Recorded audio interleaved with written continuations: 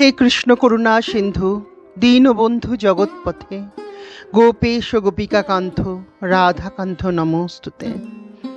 নমস্কার বন্ধুরা, আপনাদেরকে স্বাগত আমার এই চ্যানেল সিম্পলি সঞ্চিতায়। আপনারা যারা আমার চ্যানেলে নতুন বন্ধু, সেসব বন্ধুদের উদ্দেশ্যে বলছি, যদি আপনাদের আমার এই চ্যানেলটি ভালো লেগে থাকে তো প্লিজ লাইক শেয়ার সাবস্ক্রাইব করার রিকোয়েস্ট রইল। আজকের এপিসোডে আমরা জেনে নেব কবে পড়েছে মোক্ষদা একাদশী এবং মোক্ষদা একাদশীর পাবনার সময়, মোক্ষদা একাদশীর পুজোর নিয়ম, মোক্ষদা একাদশীর ব্রতর গুরুত্ব এবং এর সঙ্গে আরও অনেক কিছু নতুন তথ্য। প্রথমে আসছি কবে পড়েছে মোক্ষদা একাদশীর তিথি। মোক্ষদা একাদশীর তিথি শুরু হবে 11ই ডিসেম্বর 2024 রাত্রি 3:42 একাদশী তিথি শেষ হবে 12ই ডিসেম্বর 2024 রাত্রি 1:09। পাবনার সময় 12ই ডিসেম্বর 2024 সকাল 7:04 থেকে সকাল 9:08 পর্যন্ত। এখন আসছি মোক্ষদা একাদশী কেন এত গুরুত্ব ভক্তদের কাছে। বন্ধুরা, মোক্ষদা একাদশীর বছরের 24টি একাদশীর অন্যতম এটি। এই একাদশীর ব্রত পালনে মোক্ষ প্রাপ্তি হয়। এই মোক্ষদা একাদশীর দিনই ভগবান শ্রীকৃষ্ণ অর্জুনকে গীতার মাহাত্ম্য বুঝিয়েছিলেন। তাই এই একাদশীর এত বেশি গুরুত্ব ভক্তবৃন্দের কাছে। শাস্ত্রে বলা হয়েছে এই মোক্ষদা একাদশী ব্রতের উপবাস রাখলে ভগবানের বিশেষ আশীর্বাদ পাওয়া যায় এবং এর পাশাপাশি যারা এই ব্রত রাখছেন তাদের পূর্বপুরুষের আত্মারাও শান্তি পান বলে বিশ্বাস।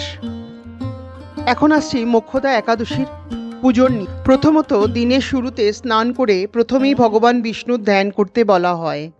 এরপর পুজোর স্থান পরিষ্কার করে ভগবান বিষ্ণুর ছবি বা ভগবান বিষ্ণুর অবতারদের, যারা যেই ভগবান বিষ্ণুর অবতারকে মানেন সেই ভগবানের ছবি একটি বেদির উপরে বসাতে বলা হয়েছে এবং তার উপরে একটি সাদা বা লাল কাপড় বিছাতে বলা হয়।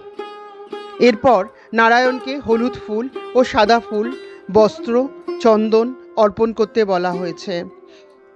তুলসী পাতা এই পুজোর একটি অপরিহার্য।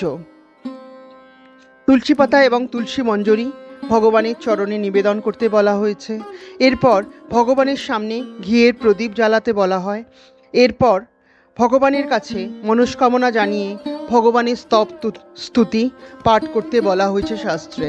একাদশীর মহিমায় হরিভক্তি বিলাসে বর্ণনায় বলা হয়েছে কৃষ্ণ মহামন্ত্র জপের কথা। এই দিন ভগবানের বিষ্ণু পুরাণ, হরিকৃষ্ণ কীর্তন, ভগবানের নাম গান করার কথাও বলা হয়েছে। গীতা পাঠের কথা বিশেষ করে উল্লেখ করা হয়েছে।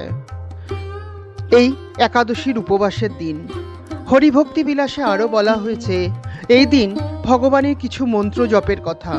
মন্ত্রগুলি কয়েকটি আমিও পাঠ করছি, আপনারাও আমার সঙ্গে পাঠ করুন এবং জপ করুন। আপনাদের যদি ভালো লাগে তো জপও করতে পারেন। এখন আমি ভগবানের পুজোর মন্ত্র, মূল মন্ত্র এবং বীজ মন্ত্র আপনাদের সঙ্গে শেয়ার করছি। ভগবানের পুজোর মন্ত্র: ওম নমঃ শ্রী বিষ্ণবে নমঃ, ওম নমঃ শ্রী বিষ্ণবে নমঃ, ওম নমঃ শ্রী বিষ্ণবে নমঃ।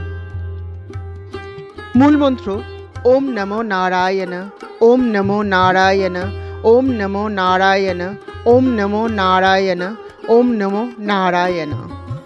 এবং ভগবানের বীজ মন্ত্র হলো ওম। এরপর প্রণাম মন্ত্র: হে কৃষ্ণ করুণা সিন্ধু দীনবন্ধু জগৎপথে গোপেশ গোপিকা কান্ত রাধাকান্ত নমস্তুতে। নমো ব্রাহ্মণ্য দেবায় গ্রো ব্রাহ্মণ্য হিতায় চ জগদ্ধিতায় শ্রীকৃষ্ণায় গোবিন্দায় বাসুদেবায় নমো নমঃ। একাদশীর উপবাস যেসব ভক্তরা করেন তাদের সাত্ত্বিক আহার এবং নিরামিষ ভোজনের কথা বলা হয়েছে। যদি কেউ নির্জলা রাখতে চান তাতেও কোনো বাধা নেই। নিজের শরীরে কি সহ্য হবে তা জেনেই উপবাসের নিয়ম।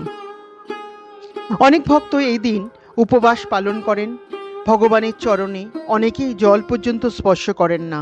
এই ধরনের উপবাসকে নির্জলা উপবাস বলা হয়।